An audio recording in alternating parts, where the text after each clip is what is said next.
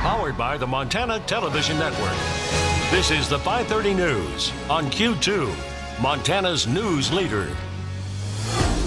Good evening and thanks for joining us. I'm Russ Riesinger. And I'm Janelle Slade. November's election results are now taking action in Helena starting today. The 66th session got underway this morning, but despite the excitement of the first day, pomp and circumstance were put aside for the early workings of lawmakers. House Republicans adopted some big changes in rules that govern the assignment of controversial bills, heading off a possible intra-party fight. MTN's Mike Dennison was there and files this report.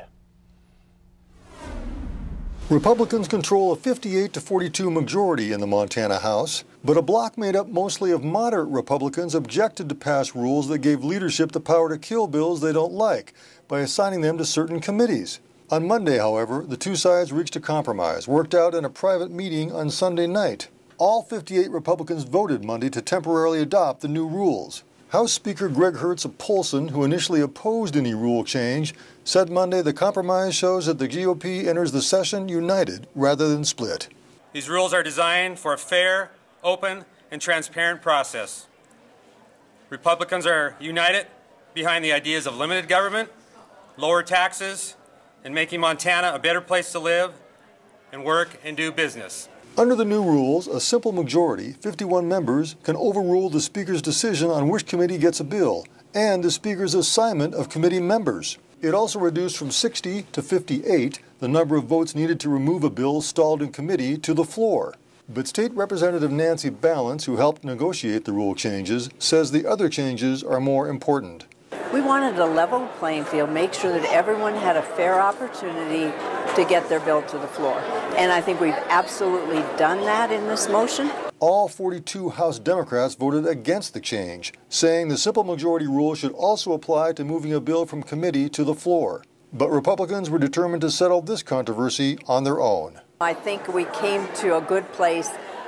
There was a lot of angst, but a lot of times you can't get to this place until 24 hours before you actually get here. Speaker knew that, we knew that, and I think everybody did a good job on it. Now that the question of House rules appears settled, we'll see later what it looks like in practice when the tough bills start hitting the pavement.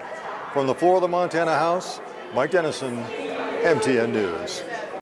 Thanks, Mike. The 2019 session starts its first committee meetings tomorrow. We caught up with U.S. Senator Steve Daines today in Helena. The Republican senator says he won't predict an end to the government shutdown, but he tells MTN it needs to end as soon as possible.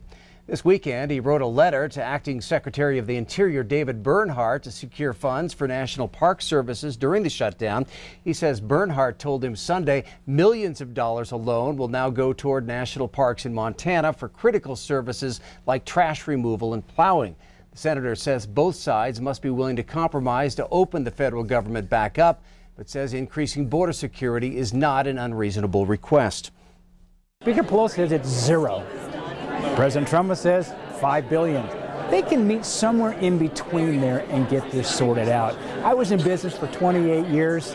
We've got to figure out a way to go forward here. We can open the government up, which we need to do, and fund the border security.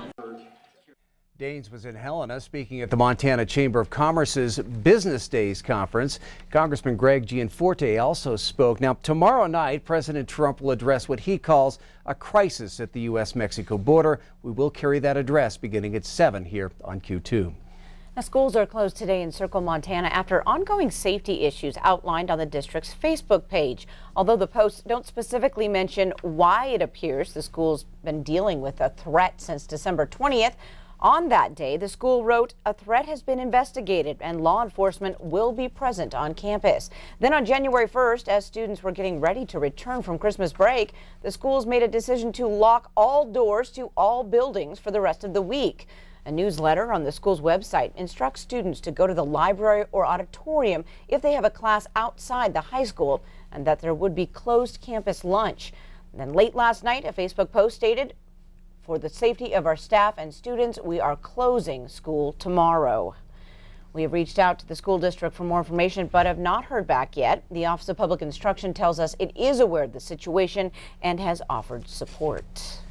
Well, a father and his daughter facing federal drug charges after a raid on their home in West Billings. Gregory Paul Green and Brittany Nicole Green were arrested and are being charged with possession of methamphetamine with intent to distribute and conspiracy to possess with intent to distribute methamphetamine.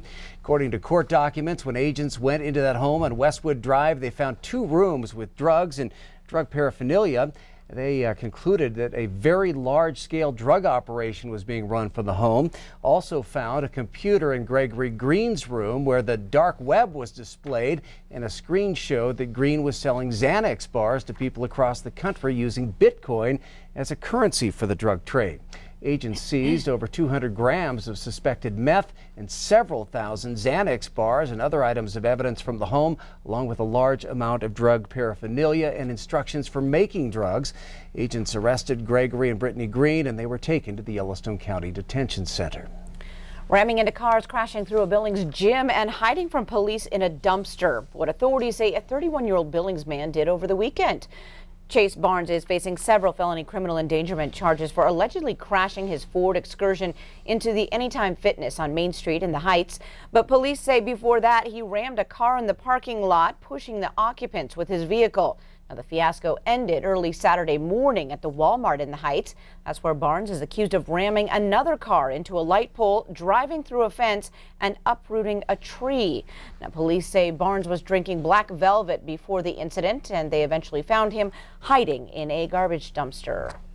It was a deadly weekend on Montana's highways. In Rosebud County, a 21-year-old Forsyth man died in a fiery crash early Sunday. County Coroner Frank Arb has identified that man as Landon Moreland. The crash happened around 2:30 Sunday morning on Reservation Creek Road off of Old Highway 10.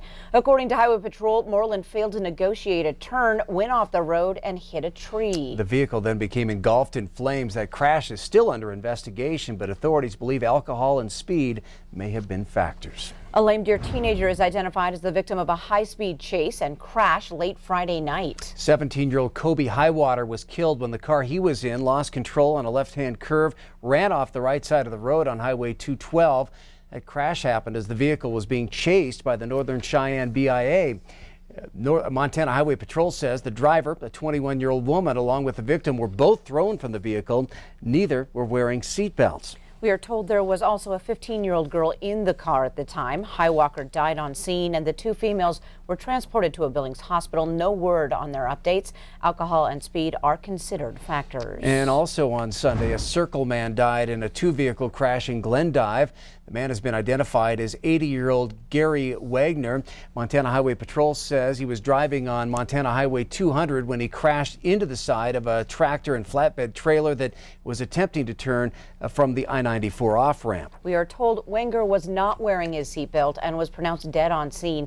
The 32-year-old flatbed driver from North Dakota and a 20-year-old male passenger were not injured.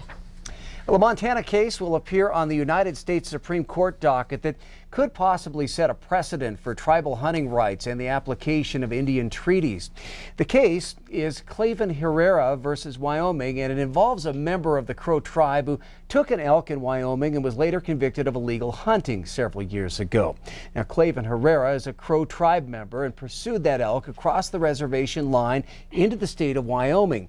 Game wardens said Herrera violated state gaming laws. However, Herrera believes the Laramie Treaty of 1868 is on his side, where tribal members have the right to hunt on unoccupied land. In response, Wyoming says those treaty rights ended when Wyoming became a state. The Supreme Court takes up the hearing tomorrow, but a decision may not be reached until late spring or early summer of this year.